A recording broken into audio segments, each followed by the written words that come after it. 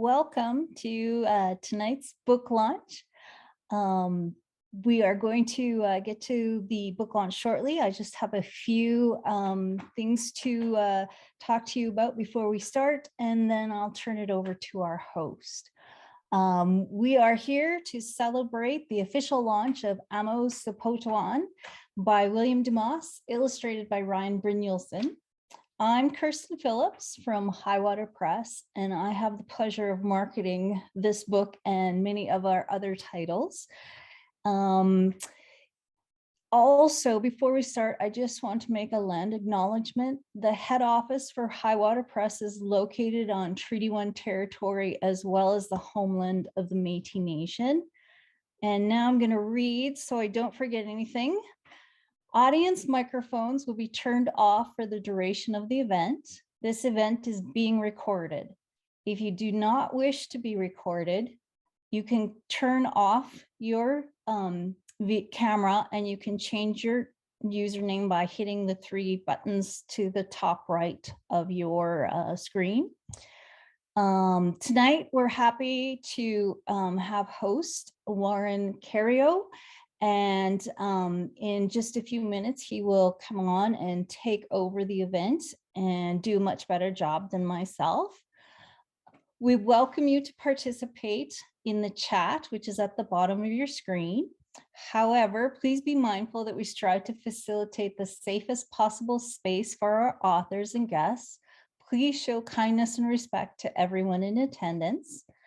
And finally, a reminder, you can purchase your copy of Sapotawan by visiting our HighWater Press online. And we are offering a discount, so that will be included down in the chat. So check into the chat every now and then. There'll be information for you down there. And I think I covered it all. Welcome again, and I'm going to turn my microphone and my video off, and I'm going to let Warren take over. Thank you, Warren. Thank you very much, Kirsten. Tansei, hello everyone. It's wonderful to be here to help launch this fantastic project. I'm Warren Carrio, and I'm a member of the story team at the 6 seasons of the Asiniskaw Ithiniwak project. And I'm a professor of English at the University of Manitoba as well. And it's a great honor for me to be a part of this team and to be here hosting and visiting with our team members and also with you. I'm really looking forward to hearing some of your thoughts and comments on the project as well. This beautiful book, which we've had in our hands for a few days now, we're all very proud of it, and it's the product of a great deal of inspiration, hard work, visiting, revising, and sharing. And it's a story of a young Rocky Cree girl's journey to understand and to decide what she will do in her life. It's a story of traditions, and it's a story about the future as well. And I think, it's really a story that seeks to connect today's youth with the traditions, but also to help them and make that decision and go on that journey of deciding what they'll do in their lives. We're so grateful to all the people who have shared in the process of creating this book, and especially the Rocky Cree Knowledge Keepers of Northern Manitoba. Thanks also to our friends at Molting Press, HighWater Press, for all their work to make this such a beautiful book. It's really, exceeded all expectations, I think. We're so thrilled with how it's turned out. So this evening we'll have the pleasure of hearing a reading from the book from one of our wonderful team members, Margaret Dumas, and I'll introduce Margaret now and then turn the screen over to her. Margaret is a very active member of our curriculum team on the project, and she brings extraordinary knowledge and dedication to that work. Margaret is Cree and a proud Cree speaker who was born in Churchill, Manitoba, and raised in the small Cree Métis town of Pikwitoni. She has been an educator for more than 30 years and has specialized in teaching and developing Cree language curriculum to students in Northern Manitoba and also in the South. Please welcome Margaret Dumas, and I'll turn things over to Margaret. Auntie, I'm going to be reading from the beginning of the story. As a teacher, I've learned that reading a story from the beginning and then kind of having the kids want more. They move from beginning to middle to end, I guess. That's the way I do it. So I'm going to read from the beginning. Long time ago, we moved from place to place with the seasonal changes. We would travel to different areas to harvest the food that was available at each season. One time it was Nipin, midsummer, when we arrived by canoe at Mīthikowisiwin, Eagle Rapids, to harvest fish and to pick berries. It was so enjoyable and peaceful there, a time of plenty.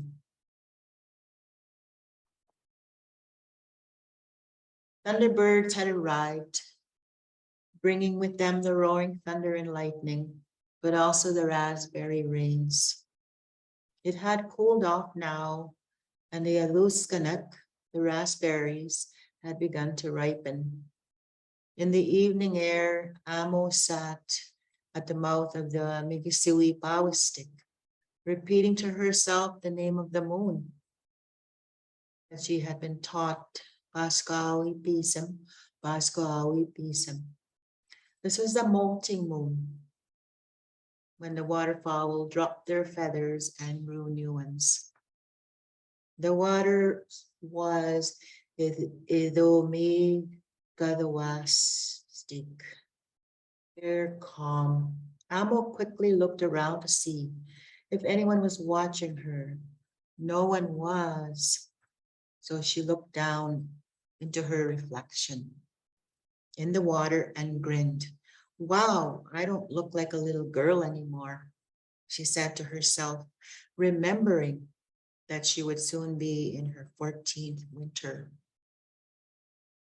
Further along the shore, she could hear her brother Magua starting to beat his drum and to sing the evening song. She always loved the songs that Magua sang.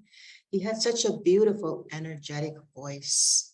Some of the songs that the mīthikowisiwin sang had been passed on from generation to generation, and new ones were being made all the time.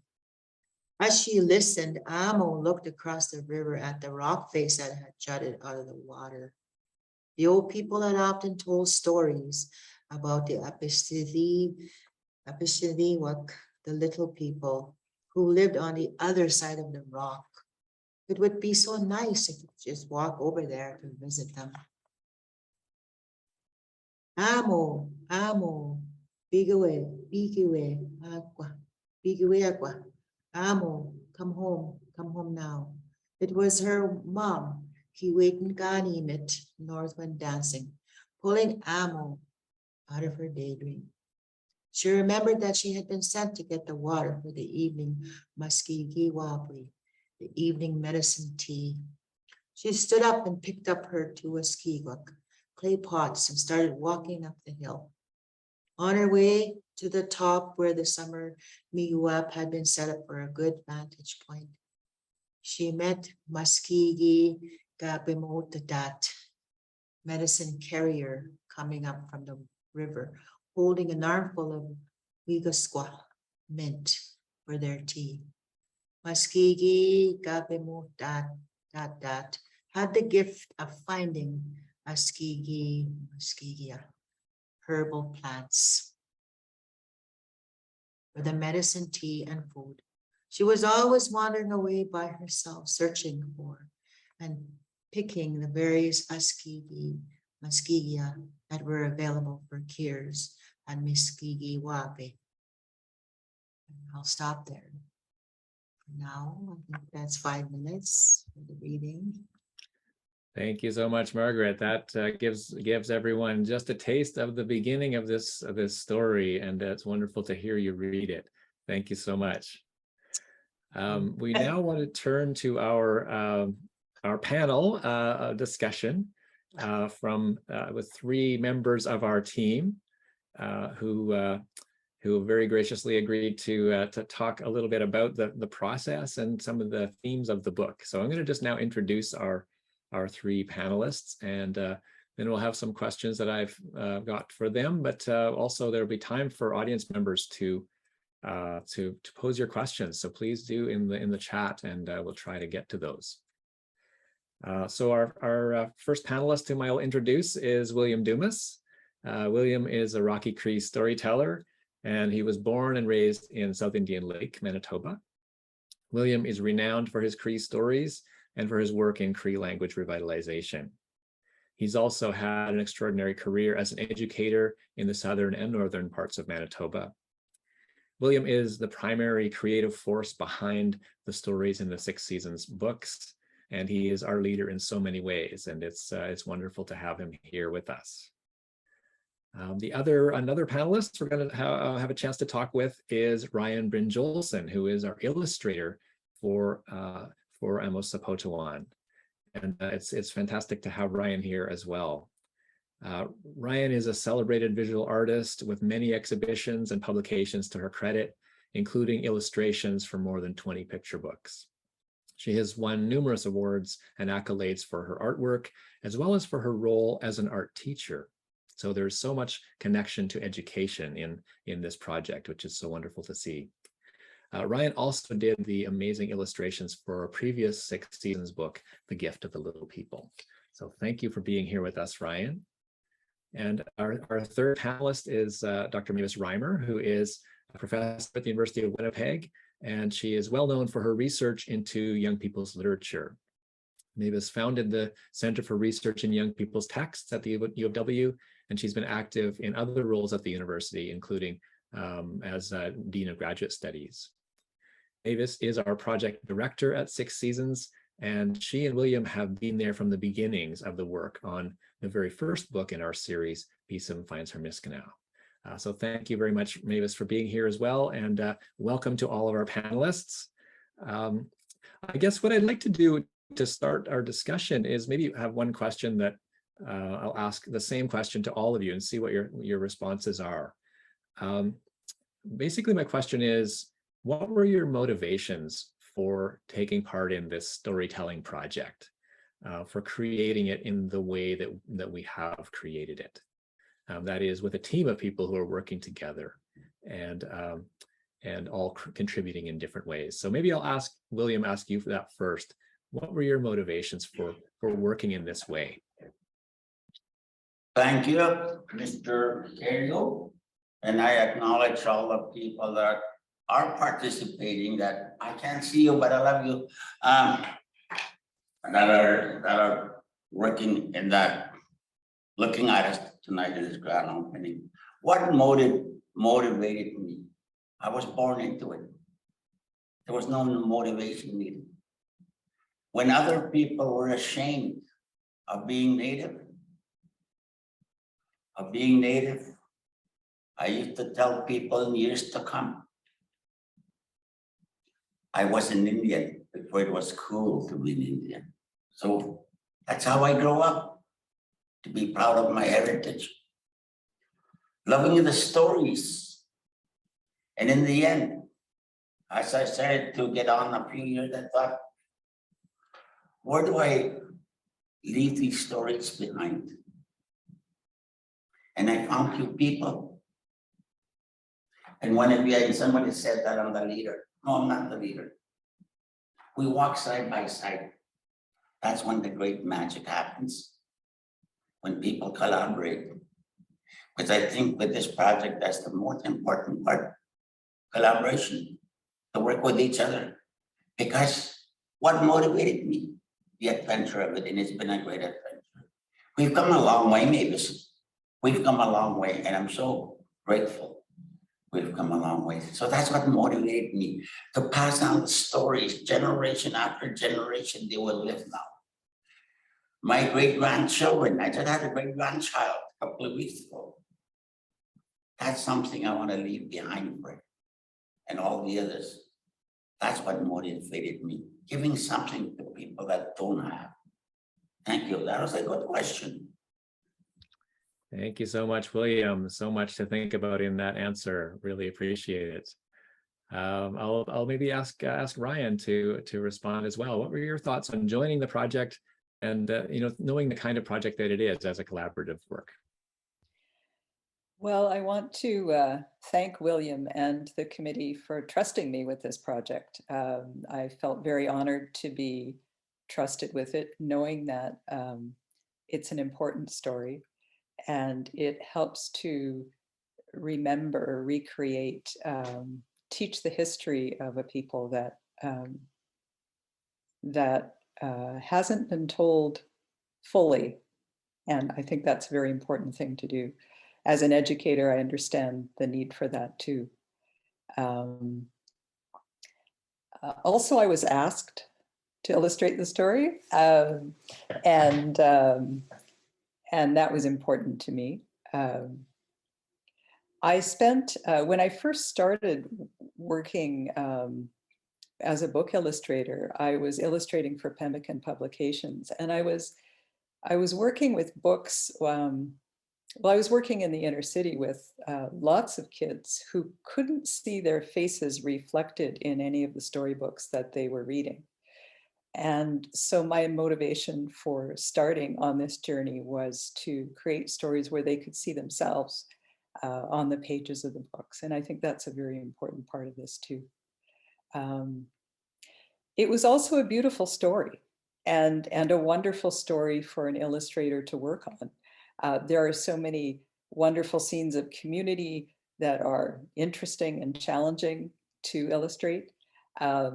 There were scenes with northern lights and people fleeing fires and lots of dramatic things that really made it an interesting job for an illustrator to work on. And so all of those things combined, I was very pleased to be a part of this project. Thank you for trusting me with this book.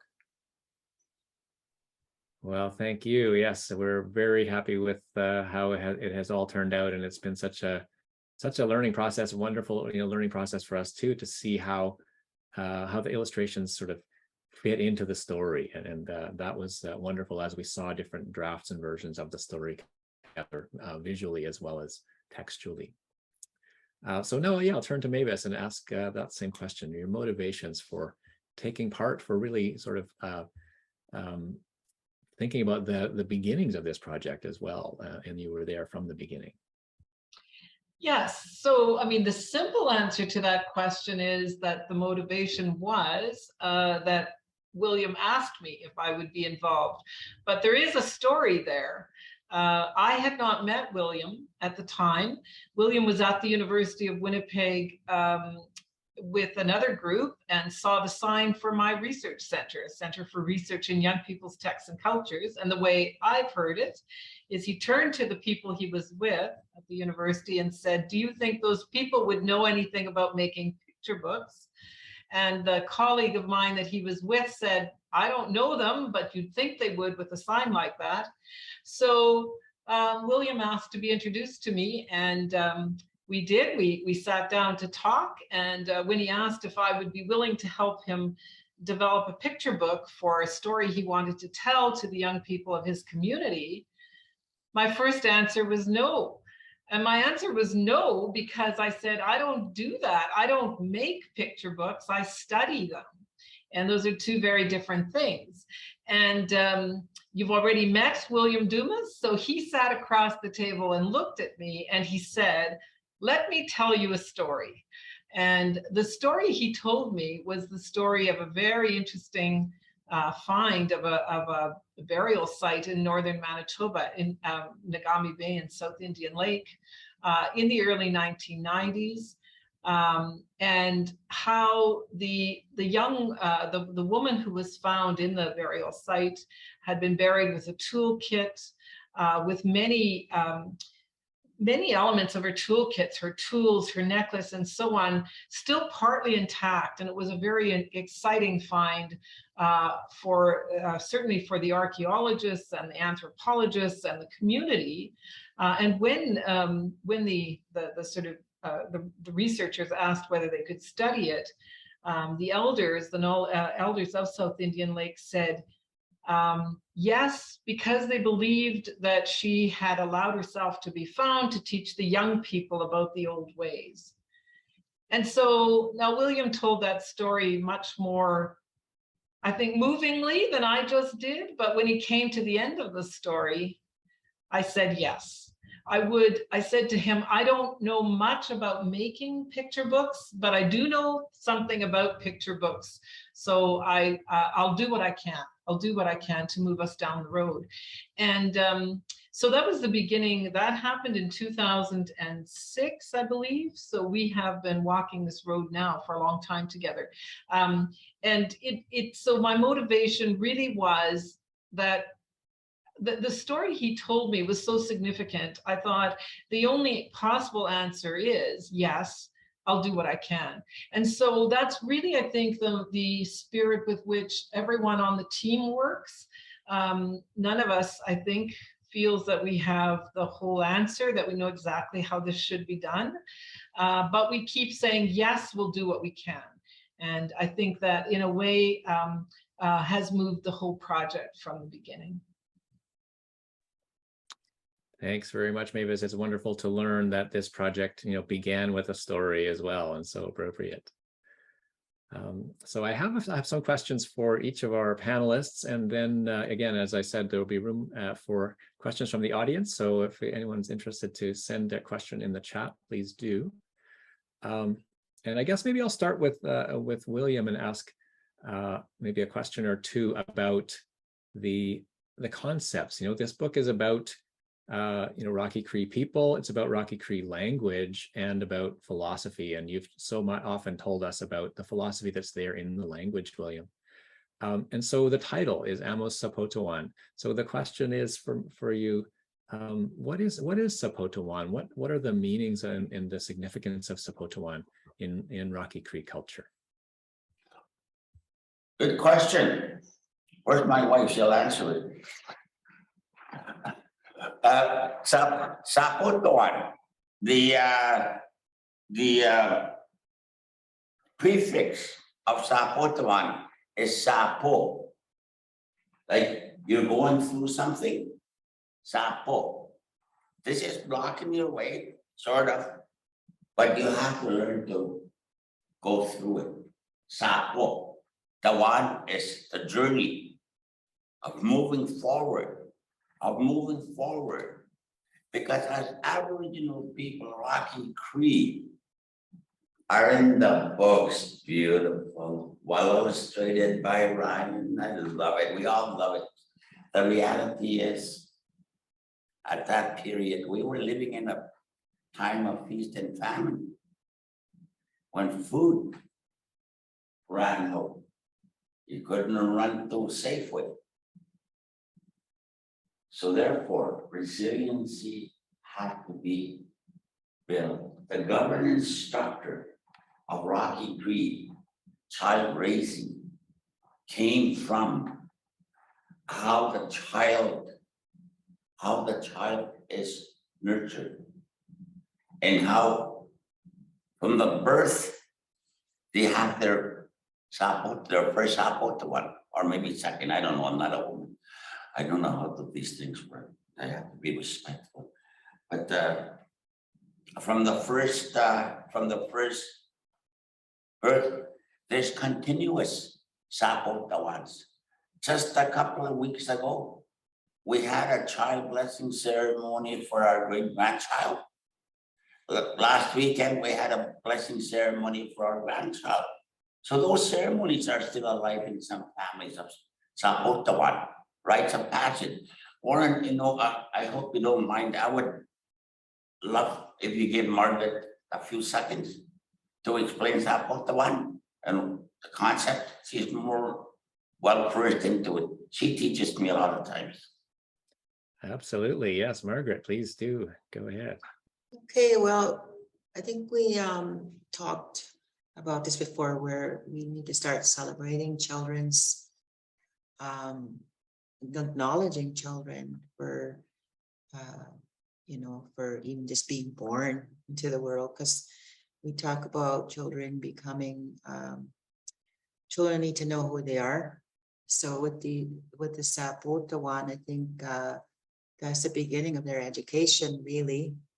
You know, being born and then being acknowledged for being born, because all children deserve to be recognized, and all of them need to be starting to recognize what their path is going to be. And that's the way I see Sapotawan. And even with, like, when we have a child blessing, we had a child blessing for a great grandson about a month ago. And the significance of that, well, both, I guess the granddaughters recently, new one. What really struck me about that is that I think they know, because for both of them, the babies were so quiet, and it seemed like they were recognizing that they were actually being acknowledged for coming into the world and being here for a reason, and having a path that we are going to help them find. And I think that's a role of parents, grandparents, but also, you know, teachers in schools. I very much support that, because we give children that boost, you know, that they're somebody. Like even with me as a teacher, grade 5, I've been teaching for over 40 years. But just recently, a lot of my girls were coming into their moon time. And so I've been talking to the powers that be about recognizing even the moon ceremony, just a simple moon ceremony for the girls, because a lot of them don't get that at home. The berry, we call it the berry ceremony for them, because the significance of the berry is that that's family. Like they will have their own family someday. And when they come into their moons, and they are ready to be going into that Sapotawan. You know, they're going to be, they have to learn a lot of things as part of that. And I think that's what is missing in today's education field. All of that. And we need to start doing that more often for the girls. And I think it would also benefit you know, some of the girls that may not even be Indigenous, for example. So we have to share that with them, you know. And yeah. So I think Sapotawan is really, really important. And I think it's important to bring it back and to keep it going. So I think that's what I want to say for now.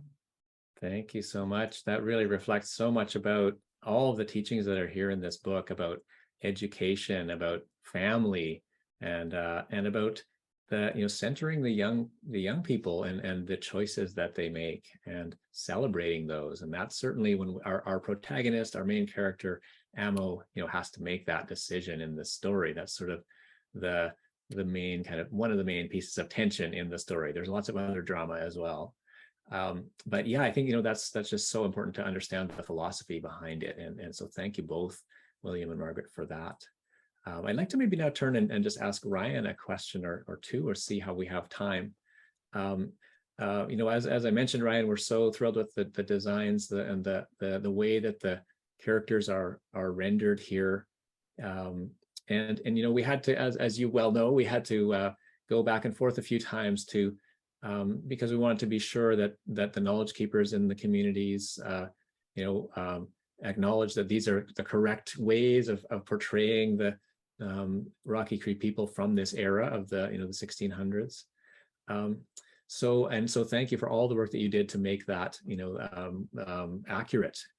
So I guess I would just ask you maybe about the process and how you know, how you work maybe, and how this project may have been different from other illustrating projects that you've done. Maybe it isn't different, but if it is, I'd be interested to learn that.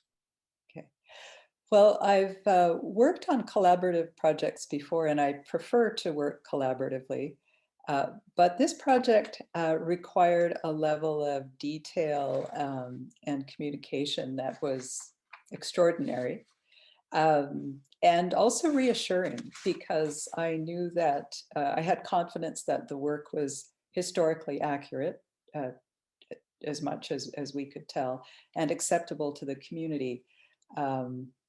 So beginning with the story, but also with notes about what should be highlighted, and with visual references, photographs, fragments, photos of places, maps, technical drawings, a book of portraits. So there were a lot of pieces of research already in place, which I really appreciated. So I learned a lot as I went along, of course. And I would work with sketches and then submit them to the committee for approval. And at that point, I did finish drawings and I took them into Photoshop so that all of the color and all of the textures and a lot of pieces were created digitally. The advantage of that was that I could work in layers so that I could revise easily as I got back from the committee. The downside was that it's very time consuming and there were a lot of late nights involved in that process. But I think it was a good way to work for this project. There were some interesting examples where we went back and forth quite a few times. It took me a few tries to get the clay vessel right, and to get the size and the shape and the texture and the color. So I'm sure that was frustrating to your archaeologist who was saying, no, it's bigger, or it's smaller, or it's got a rope or twine texture in it. And so that must have been frustrating. I also appreciated being able to go to the museum with an expert to look at the really vivid dye colors of the porcupine quills, because it allowed me to see that world, that community as having color and pattern and a kind of vibrancy that I don't know that I had imagined before. There were a lot of very intricate patterns, colors, and artistic designs to work with there, and I really appreciated that. Some of the feedback was on a much different scale. There was a comment that someone made, I don't know if it came from you, Mavis, or from someone else originally, that on the cover, they didn't want a close-up of the character's face, which was the initial sketch. They wanted to see Amo standing whole on her land. So the whole person with the forest in the background. And that made total sense. And it set the tone for the entire story. And it has a real resonance, that idea. And I really appreciated that comment. So I was working with sophisticated art critics on this project, I think. As for some of the details, the swallowtail butterflies, I was told, were representative of summer. And so that was interesting.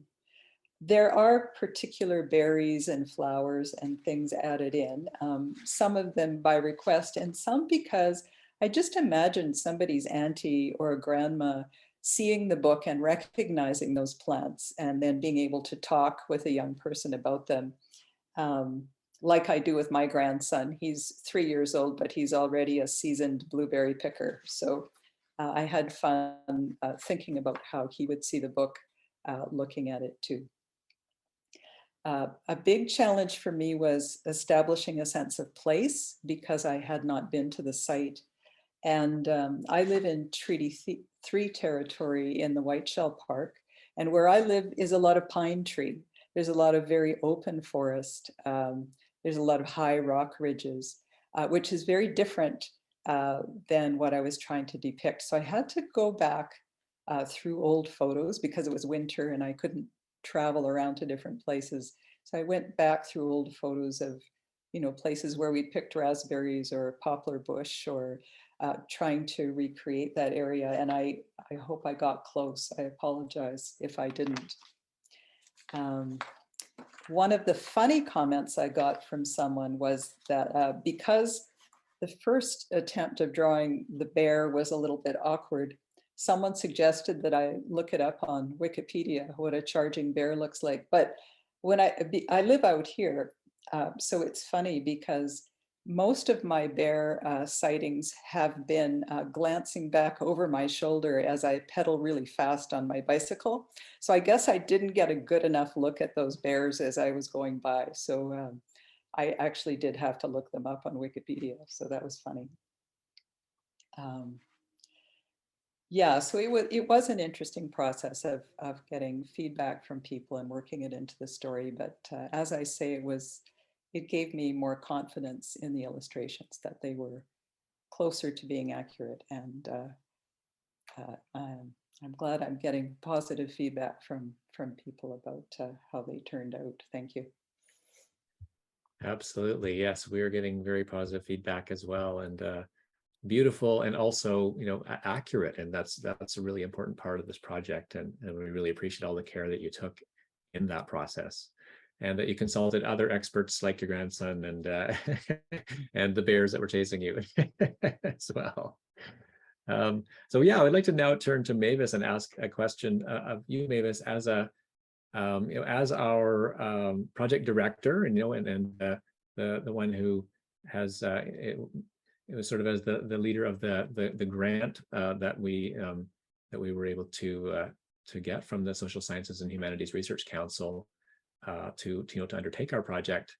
Could you maybe tell us a bit about the challenges, I guess, of working with such a multifaceted project? So we have teams looking at this and working on it from many different perspectives. We have the knowledge keepers, the community members, and we have our stories, and so many things to keep together. So how do you approach that? And you know, what are maybe some of the challenges, and what are some of the benefits that come from this kind of collaborative work?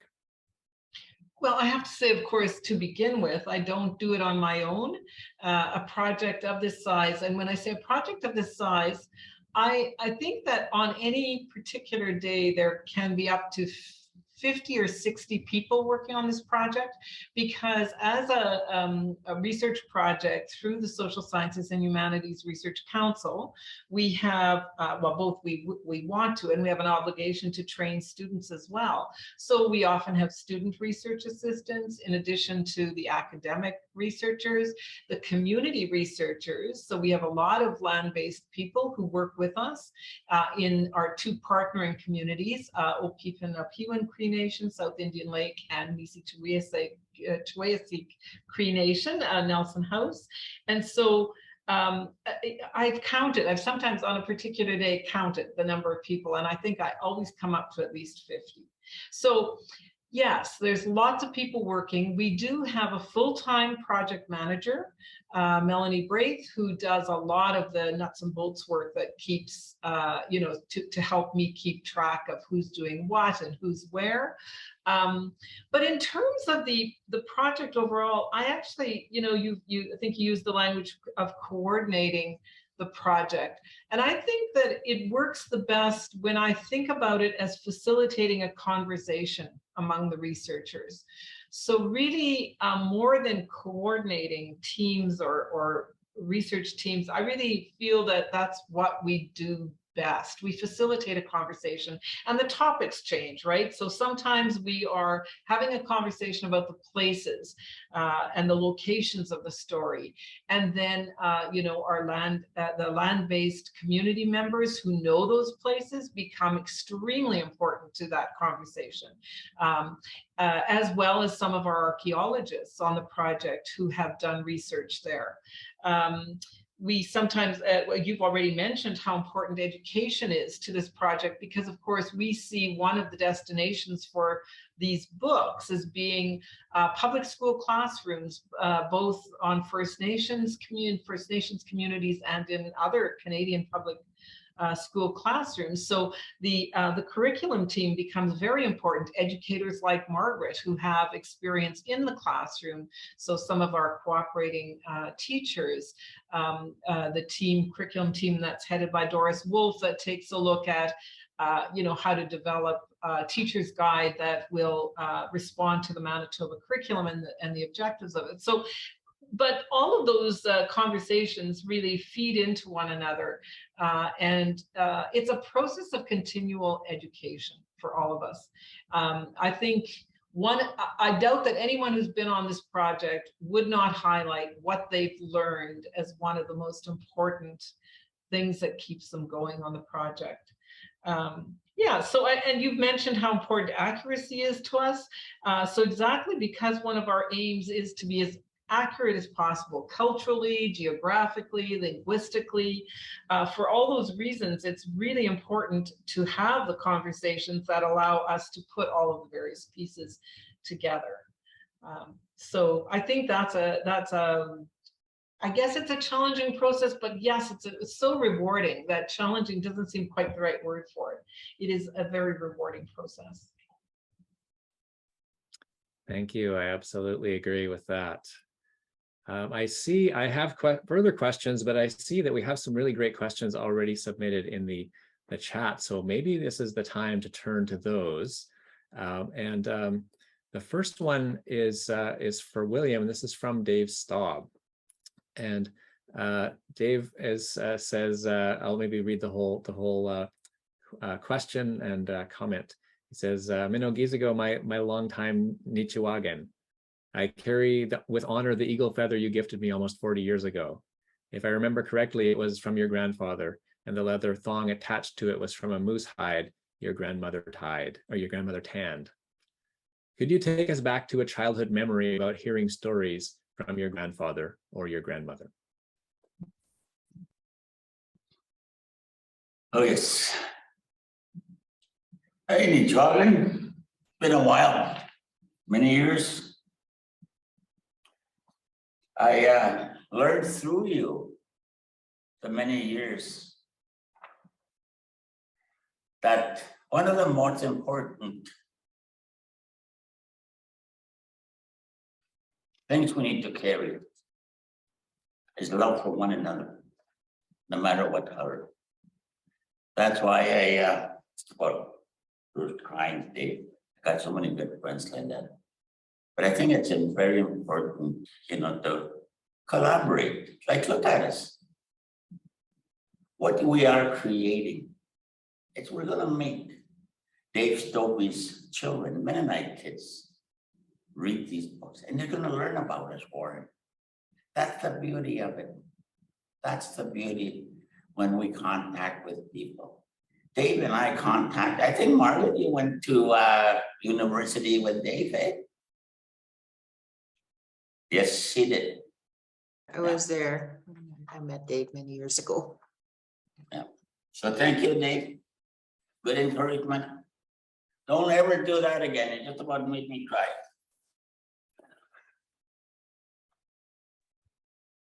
Thank you so much. And this is the thing of the connections that the book will, brings. And I'm so thrilled to see that we now share it with that broader audience and get those really meaningful responses. So thank you so much for that, Dave. Have a question about, this is from Nicole Magus, and Nicole asks, some of the most memorable books from my childhood are about children who triumph through their own agency. Was it difficult to write from the perspective of a child as adults?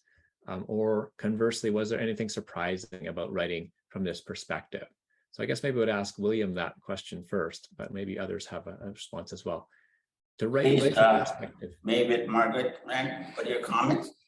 I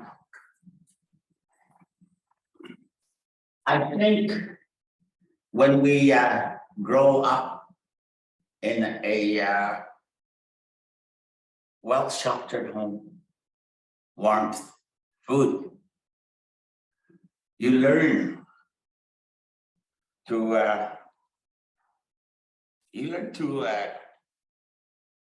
see how you can how things come together. It might be a little bit complicated when we do that, because at one time we were kids. This is the trick. Native Rocky Cree teaching, thousands of years old. It hasn't failed. I'm here, millions of years old. How we're taught when we were little kids, barely understanding. We were told to sit in front of the storytellers. Sit. keep quiet, focus, listen, magnetize, share. I was raised that way as a child. So through my life, with the fantasy that I learned about listening to stories, Mavis, you won't find a native person that knows how askihkwak look like, right, Brynn? So those are the things that we've had to come across. I think that the magic for me, and being able to do that, Nicole, stay young. Keep that engine going up there like a child. And try to behave like an adult when you have. That's the way I am. That's the way I would answer. Thank you, William. Did any of our other panelists have anything else to add in regard to this? I think that's such a great answer. Well, I'll step in a little bit as an academic who studies children's literature and young people's texts. So, lots of authors, I think, would answer as William does. He remembers what it was like to be a child with sort of a partial view of the world, curious about it, and so on. And so lots of authors would answer that way, that, that's what they have access to, that because they remember that experience. But it is the big question, right, about children's literature, because adults are writing in the voices of children. And so it is, or from the points of view of children. So, it is a really good question that Nicole is asking. What does it mean to do that? And I think for us, for us as a team, part of what it means is that we are inviting young people and children to also see themselves on this journey. So we really are inviting them to come along with us on a journey.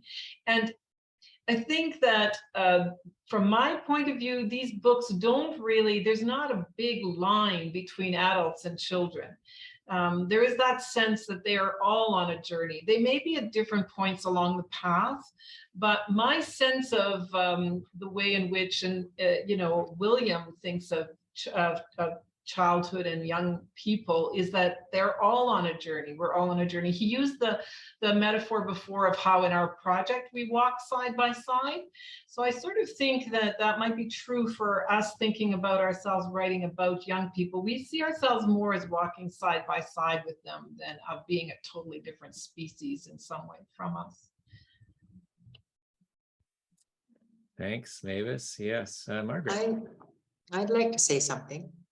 I think we're Indigenous youth, especially Indigenous girls, or boys too, but they rarely see that they rarely get to see in books themselves as heroines or heroes.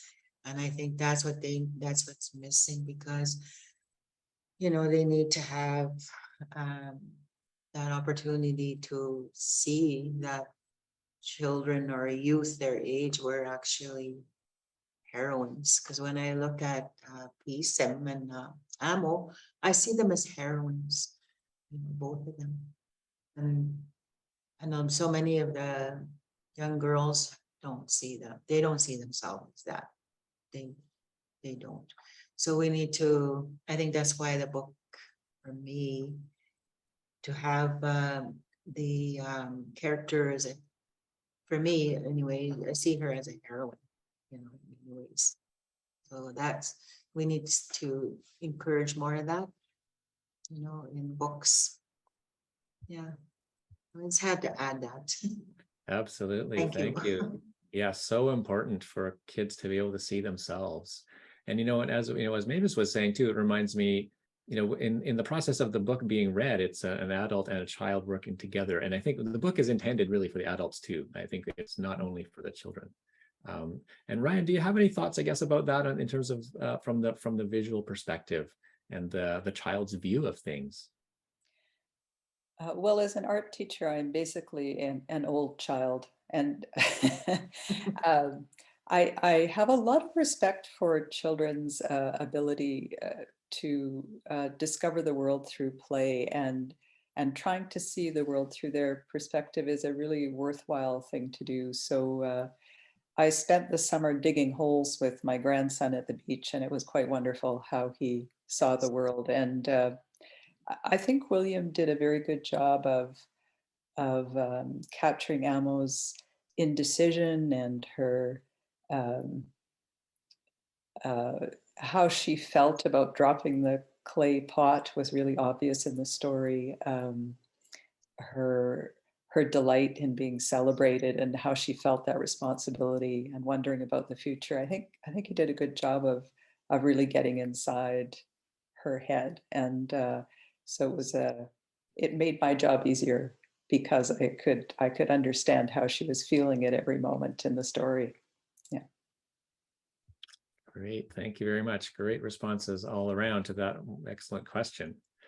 We now have, there's two questions that are very closely connected that I'd like to ask as one question, I guess. Ali Lemieux-Fonset asks, how did your experiences in the first book, that is Pīsim Finds Her Miskanaw, inform Amos Sapotawan? So that's Ali's version of the question. And I'll just ask Paul Di Pasquale, who has a very good knowledge of the first book as well, and sends his congratulations. And he asks if panelists could speak a little bit about the differences between the two books in the series and how things changed a little bit with Amos Sapotawan. So who would like to make an initial response to that? Mavis, or? Yeah. Well, Pīsim Finds Her Miskanaw, if you're talking about the process, we had to figure out how to create the kind of book that William wanted. And so the process for Pīsim Finds Her Miskanaw was a very, very long one. And for people who don't know either book, I'll just say quickly that these are sort of hybrid texts in a way. They have both a story at the center of them. So in the first one, it focused on a girl called Pīsim. The second one focused on a girl called Amo. And there is a story there that is quite compelling, and it's a narrative that moves through the whole book, a historical narrative, as you mentioned, Warren, set in the mid-17th century. But there's also, these books are also informational books. So there are a lot of what we call story notes, notes about cultural references that all readers might not understand, geographical notes, notes about translations of Cree terms that are being used, maps sometimes of the geographical area in which the stories are set, because they are set in real places. So figuring out just the form of the book took us a very long time with Pīsim. So in terms of one of the differences between the books, we had figured out the form we needed for the stories that that we wanted to tell. So that was certainly a difference in the process. The story itself, the stories are different in one sense, because the first one is set in the time of good travel, one of the springs in the Rocky Cree year, and this book is set in summer. So one of the differences is that, so each of the books focuses very much on the seasonal activities that the community is engaged in at the time. So in Pīsim, there's a journey involved because the family is traveling to meet relatives at the spring gathering. In this book, in summer, they're very much settled in a place because it is a time when they are needing to gather food and preserve it for the fall and winter. So in that sense, too, the stories are different because of the different seasons in which they're located. I mean, there are all kinds of other differences, and I would invite all of the readers asking that to read both books and find them. But those are some of the differences from my point of view. Thanks. Margaret, Warren, can you get Margaret to give a few points, and I'll do mine. Sure, go ahead, Margaret. Yeah, I think there are differences in the way that Mavis said, like the process, but also definitely the seasons, because we're also teaching the seasons, the months. For me, you know, as a language teacher, cultural language teacher,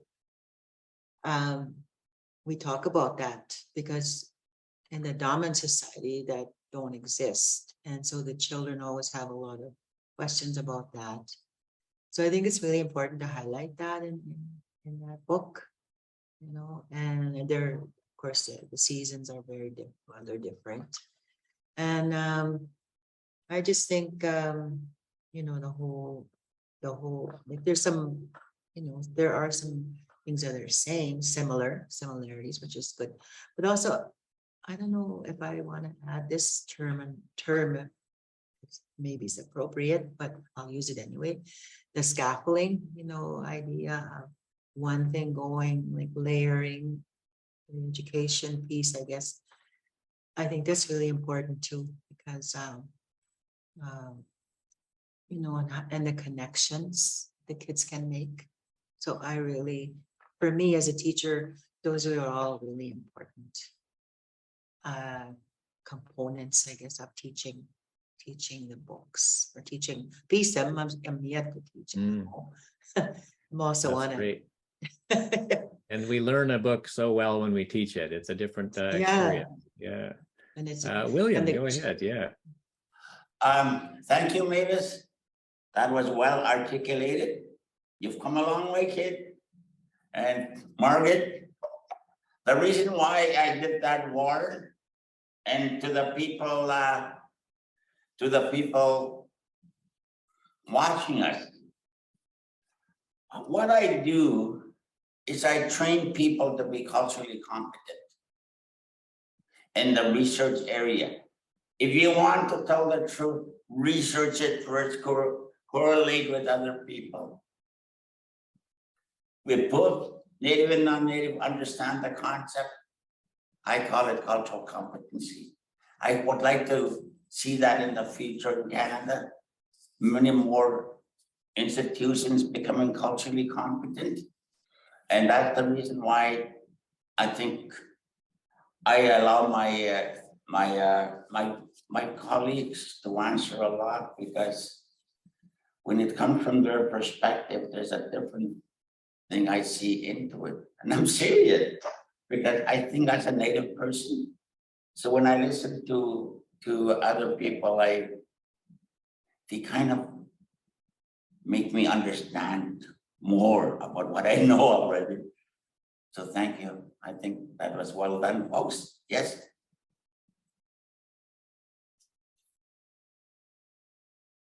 Sorry, I forgot to press my mute button there. Thank you so much, William. That's absolutely, I agree. And we had another question, which was about seasons, but I think, you know, Mavis and Margaret have really addressed that to a large degree. The seasons are key to our whole story cycle, and each book responds to the way the land looks in the different seasons, and the kind of harvesting activities, the ceremonies, all kinds of things. So those are all crucial. One of the other differences of the two books is that we have a different illustrator. You know, we had Leonard Paul's wonderful illustrations in the Pīsim book, and then we now have Ryan's amazing illustrations, which I think complement Leonard's style in a really great way as well. I don't know, Ryan, if you have anything to say about that, about, you know, obviously you had gone back and looked at the Pīsim book. Were you thinking about some of Leonard's work as well when you were doing these illustrations? Well, I have a lot of respect for Leonard's illustration style, and I mean, he's an award-winning illustrator and does very beautiful work. I took a different approach. There's a lot more color added in. I think more focus on individual faces. And that's partly just a factor of how I work, but also a real emphasis on trying to make the artifacts come to life, to make the whole way of life and how people were living come to life from history. And so I think those are the main differences. Yeah. Thank you. I agree. I think that really that focus on bringing the artifacts to life and bringing this the dress and all of the things that so much research was done on to show this this community as it would have been at the time. It really brings it to life. So I think we're unfortunately at the end of our time. We had such a great discussion. We probably could go longer, but I know people have other things on their agendas. So we should close shortly. We do have, there was a question that Mary Lemaitre was asking, are we planning on writing a fall story? Yes, we certainly are. And William has something to add. The previous question, I think was important. We should take a look at it. There was one that came and got my eye. Maybe we should just. Okay, I might have missed that. Do you see which one? I may have missed one here. There was one that got my eye and I thought we should. Okay. There, Warren. Are you planning on writing a fall story? Tell us a story, yes. Warren. That's the question. You take it. You and Mavis. The fall story. We're in the middle of working on that right now, and so we're very excited to. In fact, we're having a meeting tomorrow and then Thursday to continue the work on that story. And I don't want to give away too much, but I want to just say that it's a story about healing. It's a story about medicines and life on the land, and it's just so important in terms of the Cree teachings that we've been learning from the knowledge keepers. So thank you. I think that's a great question, and it's something that we have our plans for each story. For each season already mapped out, but we have, this is the one we're working on next, so we're very excited about it. So with that, I want to just thank all of our panelists for a fantastic discussion and visiting. It's been wonderful to have you here and to bring everyone together to celebrate the arrival of Amos Sapotawan. I want to also thank our audience members for being here, for asking such great questions. And just I hope that you'll buy copies of the book to share with the young people in your lives and to enjoy on your own as well. And thank you to our publishers at Port-au-Germain, HighWater Press, for such a fantastic job on the book. And I want to thank all the other members of the Six Seasons team. There's so many other folks who are not here on the screen who have contributed in such important ways throughout our work. And it's just been an honor to work with all of you, and we're looking forward to the next step as we move forward in our other stories. So thank you all for being here, and we will keep you posted when the next book is coming out. Take care and have a good evening.